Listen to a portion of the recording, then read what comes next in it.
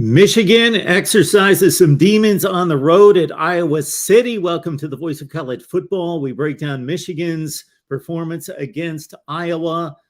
Wolverines 27, Hawkeyes 14. If you played the under, you snuck by. Michigan, of course, a 10.5-point favorite, so they cover. They not only win, that's the important thing. They cover for those of you who like to throw a couple dimes on the games, and they come in just under the over-under at 41 points, 27-14, despite some late touchdowns by both teams. All right, let's get right to it here at the Voice of College Football and remind you that we've got a Michigan channel. We've got an Iowa channel. Get on over there for more in-depth coverage throughout the week and, of course, post-game right here on Saturday. But here's what I've got for you. First and foremost, we talked all week on the various shows and videos that we posted about all the various aspects of this game. You know what it came down to and probably got undersold going into this game is that Michigan's offensive line is pretty amazing. They won the Joe Moore Award last year and only looked bad in one game, and that was against an NFL defense in Georgia. This Michigan offensive line this season is even better. It's more athletic.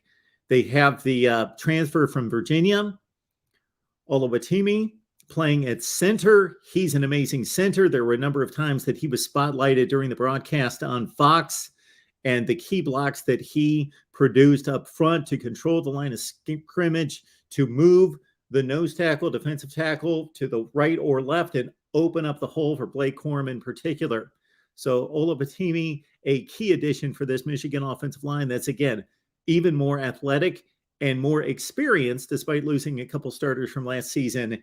This season, the Michigan offensive line, if you could look at one unit that won this game, it was the Michigan offensive line won this game in the first half based on the performance. And not just the Michigan offensive line, the coordination and collaboration between the offensive line and then teaching the running backs, Blake Corum in particular, how to run behind the pads and behind the blocks of the offensive line, to be patient, read the line play, bam, see the hole, and then put on the burst of energy and speed to break through the hole.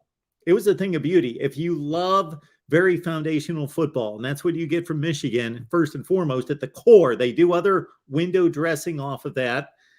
They disguise things. They look fancy a lot of the times with emotion in the sets, and then they run very fundamental football plays, and then they run some more exotics off of that. But it's a thing of beauty for foundational football fans out there that want to see running the football at its best between the offensive line and the running backs. The cooperation and coordination in the run game for this Michigan football team is exceptional. All right. J.J. McCarthy won the job over Cade McNamara because of what? More talent. That's why he won the job.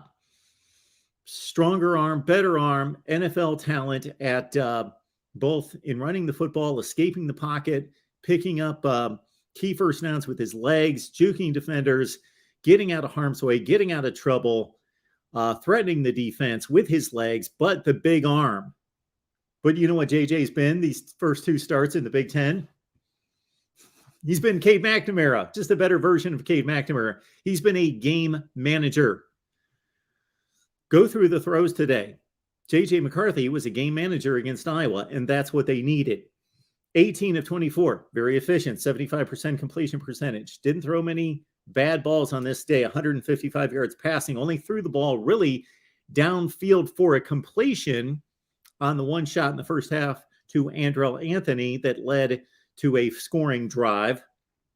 But other than that, he took a couple shots and missed them again. In particular, he had Roman Wilson for a touchdown that would have broken the game open in the first half and made it a 3-score game. But JJ missed it again on a post route in which he threw it again. Too much of a line drive, needed to lay it out. Roman Wilson completely torched his man, and JJ needed to lay it out there. But still a strong, solid performance out of JJ McCarthy. Nothing perfect, still working on the skill set and harnessing the skills and the talent into first-rate production. But for right now, JJ doing a nice job as a, let's say it together, game manager. Blake Corum, phenomenal. 30 carries for 243 last week at home against Maryland, now against one of the best defenses in the nation. 29 carries for $133. It was much tougher for him this time around.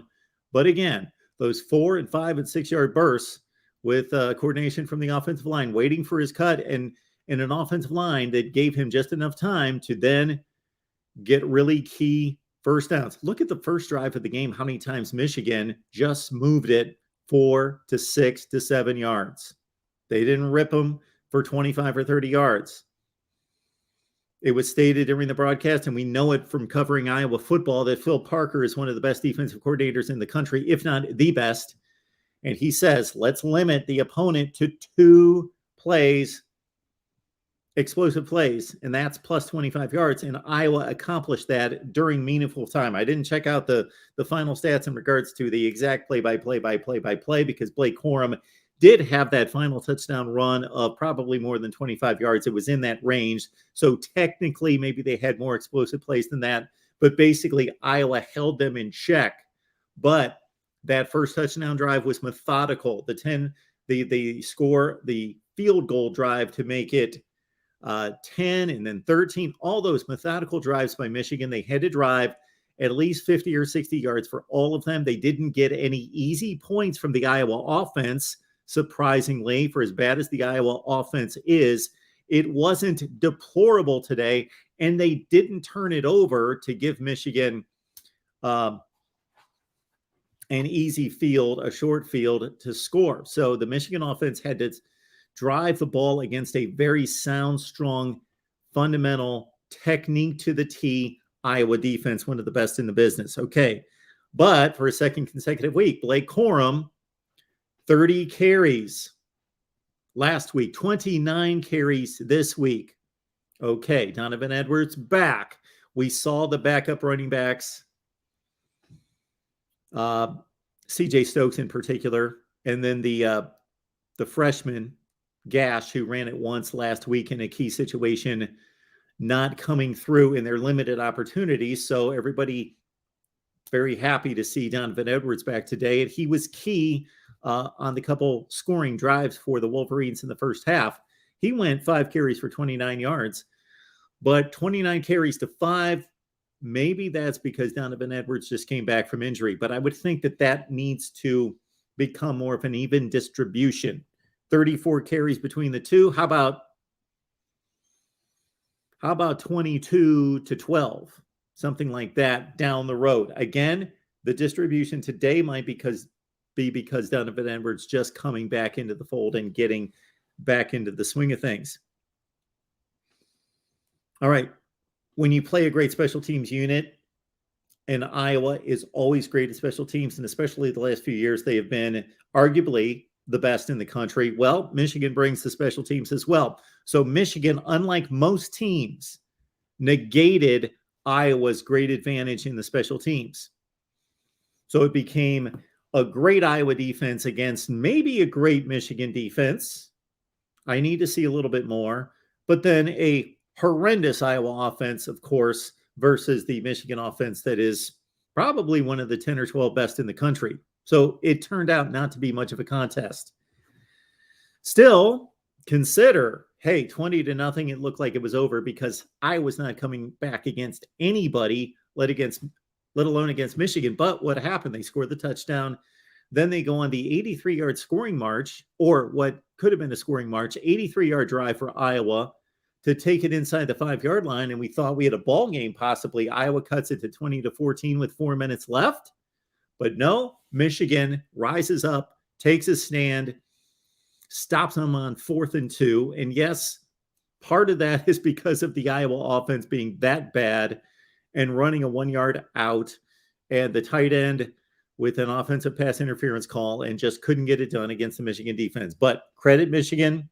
They break up the pass on 4th and 2 and get it done. Or we might have had a little nervous time under 4 minutes at 20-14. But Michigan holds it right there, 20-7, and then they move it on from there. Blake Corum gets a touchdown run. Also impressive, of course, the pass rush in spurts. Spencer Petras did throw the ball in the second half in particular. So the Michigan pass rush was effective early in the game and near the end of the game in the fourth quarter. But there was a time there where, like in the Maryland game, the Michigan pass rush was non-existent. Now, you're not going to get a pass rush in the quarterback's face every play, but it should be consistent. It should be more often than not top-notch championship caliber teams getting that kind of pass rush. And we saw late in the game, of course, Mike Morris and Ayabi Oki, the wonder find. Look him up on our channel right here at the Voice of College Football. We interviewed him coming out of high school when he was a top 5 player in the country. And he had committed to Maryland. Then he committed to Alabama, went to Alabama, and he's kicked around most recently at UT Martin. But he has been a find for Michigan and had just showed up on campus midway through August. And now he is rushing the passer like a man. And we saw him, especially in the final drive, where Morris and Oki just completely terrorized Spencer Petras, and that was your ball game. There it is. Join Des and Dre right now. They're live right now covering Michigan postgame on our Michigan channel right here at the Voice of College Football. Join Corey and Coach Don Patterson on our Iowa channel with postgame right now as we speak. And, of course, I'll be back later tonight after the primetime games at 11:30 Eastern time to break it all down with you and take your calls. And I'll be back throughout the day as I'm watching football all over the place. So my instant analysis is coming all day. For Michigan, they go to Indiana. Let's see, who do the Hoosiers play today? They go to Nebraska. So Michigan at Indiana next week. I believe that's another big noon kickoff game for the Wolverines. Iowa at Illinois. Many thought that that was an easy win or a assumed win at the beginning of the season. Look what Illinois has done this season and this afternoon against Wisconsin. Running the football, playing better defense in Wisconsin, controlling that game. I believe the final was 34-10 Illinois. So Iowa with a difficult matchup at Illinois. The Big Ten Western Division race is going to be wild. The Big Ten Eastern Division race may just happen to be Michigan at Ohio State. Maybe Penn State's got something to say about it. And that's what we've got right here at the Voice of College Football. Let me look at your comments if there's anything right now. But this is not an intended call-in show. Basically, just to let you know what the deal is here, is the reason I go live is because if I record a video, it takes forever to post it. So we just do this live to get it there. Thomas, thank you so much for being here. Gary, yes, JJ missed the one big shot downfield to Roman Wilson. Jerry says, rolling out, juking, throwing a dime as you're moving forward a little more than managing. That's play calling. Okay.